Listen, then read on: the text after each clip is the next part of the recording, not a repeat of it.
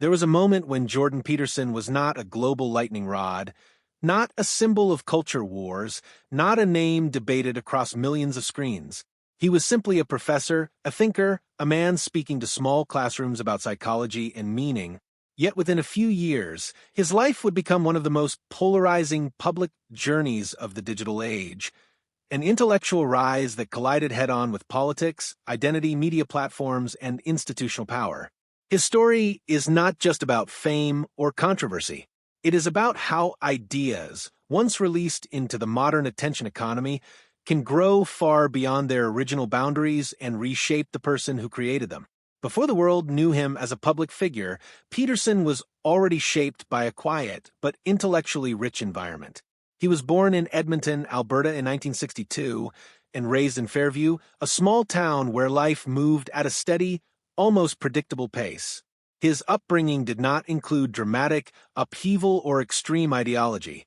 Instead, it was grounded in education, discipline, and a stable household structure. His mother worked in a library surrounded by books, while his father was a teacher who valued order and learning. This environment did not push him toward rebellion or conformity, it pushed him toward questioning. Even as a child, Peterson displayed a restless curiosity, a sense that the world contained deeper layers that simple explanations could not satisfy. That curiosity intensified as he grew older. By the time he was a teenager, he was already engaging with political ideas in a way most adults never do. At an age when many are still forming basic identities, he became involved in political activism and joined a political organization that emphasized fairness and social change. He did not approach it casually. He immersed himself in it with intensity, driven by a belief that systems could be improved and society could be reshaped. For a brief period, politics gave him structure, direction, and meaning. But even then, something within him resisted final answers. Questions kept emerging about belief, truth, and the nature of reality itself. During religious instruction in school, instead of accepting explanations passively, he challenged them. He asked questions that others often avoided. Why do belief systems differ? What makes something true? How do people know what they claim to know? The responses he received did not satisfy him, and gradually he drifted away from religious belief. What remained was not disbelief alone, but a deeper commitment to reason, logic, and intellectual independence. By the time he finished high school, his path still had not settled. He initially studied political science and English literature, drawn to the structures that shape society. He considered becoming a lawyer, someone who could navigate systems of power with precision. At that stage, his thinking was still oriented toward external structures, politics, institutions, society at large. But that direction would not last. During his college years, he encountered literature that would disrupt his assumptions. One particular book challenged his political certainty by exposing how ideology, even when well-intentioned, can become distorted by emotion, resentment, or hidden motives. This realization did not simply change his opinion. It destabilized his worldview. The belief that political systems could be neatly improved began to fracture. Instead of clear answers, he began seeing complexity everywhere. After completing his undergraduate studies, he traveled across Europe. This journey proved to be more than cultural exploration. It became an encounter with history in its most unsettling form. He visited locations marked by war, suffering, and ideological extremism. Standing in those places, he confronted a question that would stay with him for years. How do ordinary people become participants in destructive systems? How does ideology reshape morality at a collective level? These questions did not fade when he returned home. Instead, they deepened his interest in the human mind. That shift marked a turning point. He returned to academia, but this time in psychology. The change was not minor, it was a complete intellectual redirection. Where political science focused on systems, psychology focused on individuals. Where ideology examined structures, psychology examined motivation, fear, and behavior. He pursued this field with intensity, eventually completing advanced studies and beginning research that would define his early academic career. During his research years, Peterson became particularly interested in patterns of behavior related to addiction, personality, and stress responses. One of his key areas of focus involved studying individuals from families affected by alcoholism. His work suggested that early environmental stress could shape cognitive and emotional patterns in ways that persist even in adulthood. He observed that some individuals develop heightened sensitivity to stress, difficulty with planning, or increased emotional volatility. These findings led him to explore how vulnerability can be embedded in psychological development long before behavior becomes visible.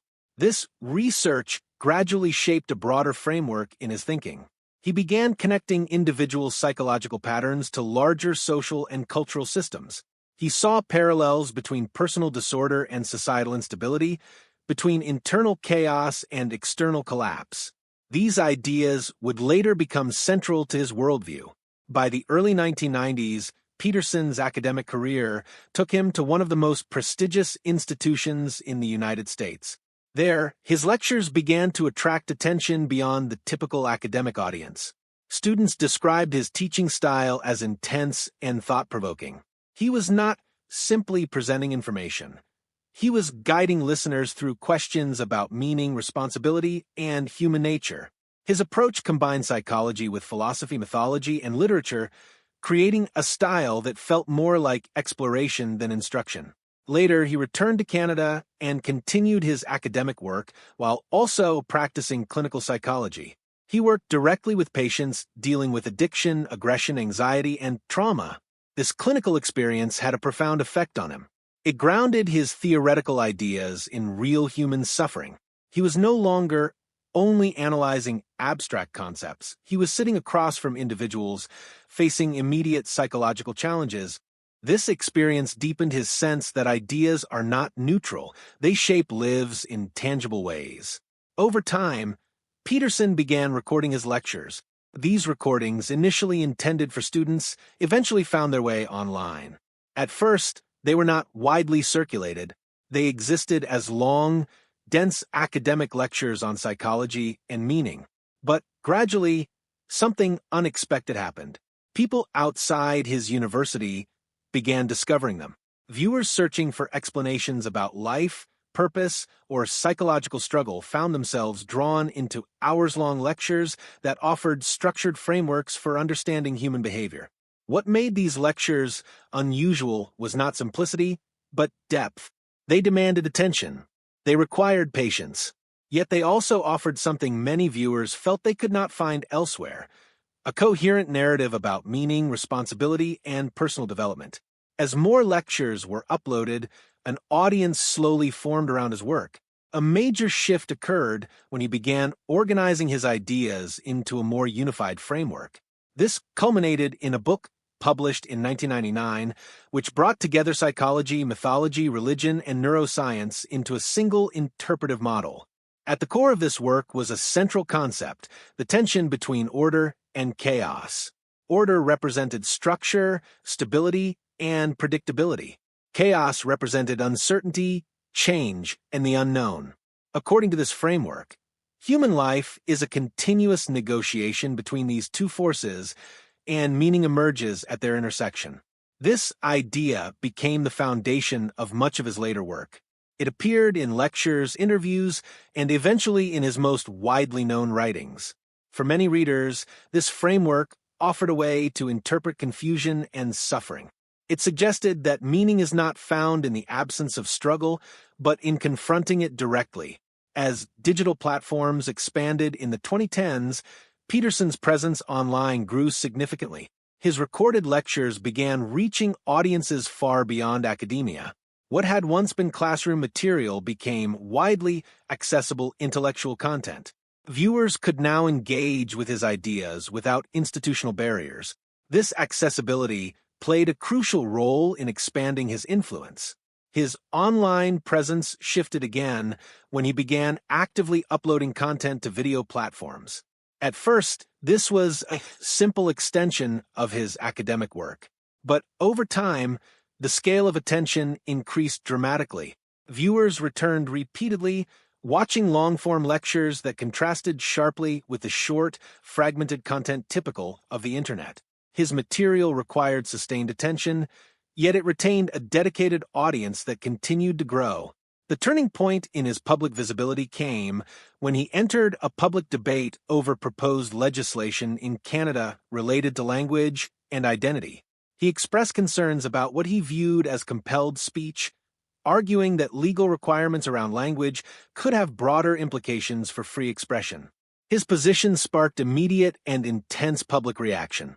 Supporters viewed him as defending individual liberty and free speech. Critics argued that his interpretation misrepresented the legislation and contributed to misinformation about its intent. The debate quickly expanded beyond legal interpretation and entered broader cultural discussions about identity, language, and power. University campuses became focal points for protests and counter-protests.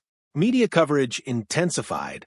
Peterson's name began circulating far beyond academic circles.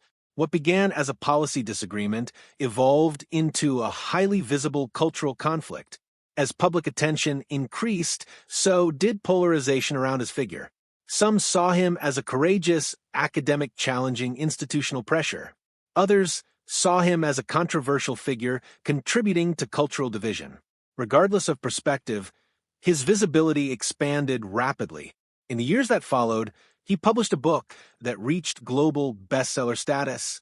It combined psychological insights with practical advice on responsibility, discipline, and meaning. The book resonated strongly with readers seeking structure in an increasingly uncertain cultural landscape. It sold millions of copies worldwide and became a defining text in his public career. Following this success, he embarked on large-scale speaking tours across multiple continents. Events sold out in major cities, drawing large and diverse audiences. Many attendees were young adults seeking guidance on purpose, responsibility, and direction. His live appearances became major public events, blending lecture, philosophy, and personal narrative. However, alongside this rise in popularity, controversies continued to surround him. His public statements and interviews often sparked debate, particularly when addressing sensitive cultural or political topics. Critics challenged his interpretations, while supporters defended his willingness to engage with controversial subjects. Over time, tensions between Peterson and various institutions increased. He stepped away from his university position, citing disagreements over academic and cultural direction. He later became involved in alternative educational initiatives, aiming to create platforms outside traditional academic structures.